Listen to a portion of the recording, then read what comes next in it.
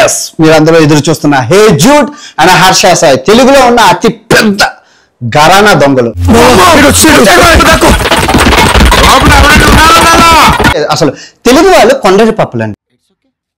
ఎలాంటి వాడైనా మోసం చేయొచ్చు, మంచిగా మాట్లాడి గుణపం గుచ్చేస్తారు. నేను మరీ అంత ఎదవలా కనపడుతున్నారా?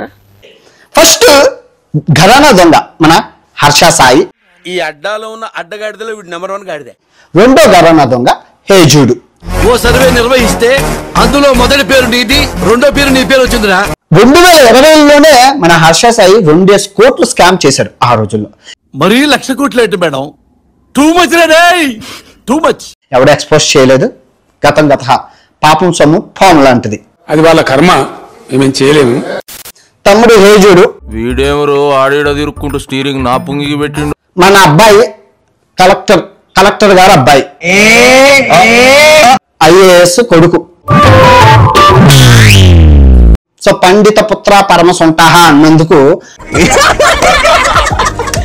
కలెక్టర్ హనుమంతు గారి కొడుకులే ప్రణీత హనుమంతు, అజయ్ హనుమంతు. జాతి రత్నాలు రా మీరు. జాగ్రత్తగా ఉండండి. ఆ అజయ్ హనుమంత మన హే జూడ్.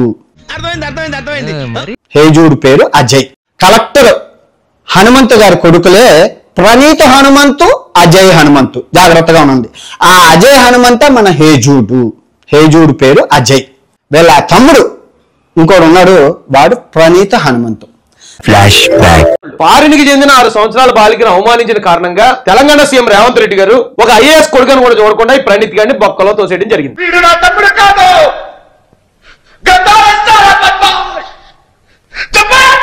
హే జూడ్ అనే అబ్బాయి ఏం చెప్తున్నాడంటే, నేను ఒక పేద ఫ్యామిలీ నుంచి వచ్చాను అంటున్నాడు. తోటమాలి, వంటవాడు, ఆఖరికి కార్ డ్రైవర్ కూడా పేదవాడే. కలెక్టర్ గారు అబ్బాయి పేదవాడు అయితే మరి ATM సెక్యూరిటీ గారి కొడుకుని నేనేమవ్వాలి? ఈ ప్రణీత అలియాస్ ప్రణీత హనుమంతు పెళ్లికి చంద్రబాబు నాయుడు గారు వెళ్ళారు.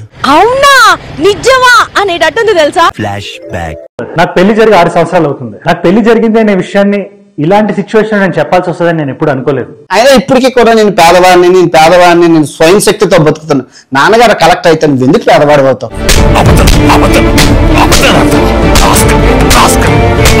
మేక్ ఓవర్స్ అనమాట.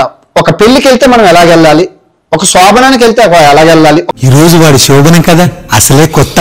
పక్కనుంటే ధైర్యంగా ఉంటుంది, పక్క నుండి దగ్గరుండి జరిపిద్దాం పదండి. మేక్ ఓవర్స్ అది ఆ రోజులో ట్రెండ్. ఒకప్పుడు మేమంతా ఈ కాలేజీలో రత్తాలు చెందించాం.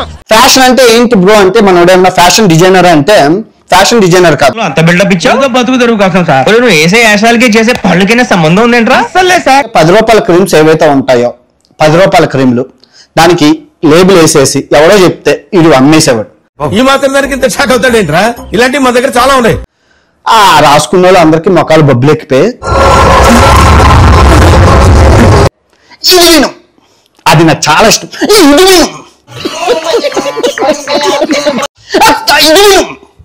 అన్నా నాకు కండం కావాలని, ఇదే నీ తమ్ముడు నువ్వు కండం మరిగవరా, నేను ఇస్తాను రా, పే చేశాను. నా తమ్ముడు రా, నువ్వు అడిగితే కాలేజ్ ఫీజు ఏంటి, స్కూల్ ఫీజు కూడా కట్టేస్తాను. కాలేజ్ ఫీజు ఏంటి, స్కూల్ ఫీజు కూడా కట్టేస్తాను. కాలేజ్ ఫీజు ఏంటి, స్కూల్ ఫీజు కూడా కట్టేస్తాను.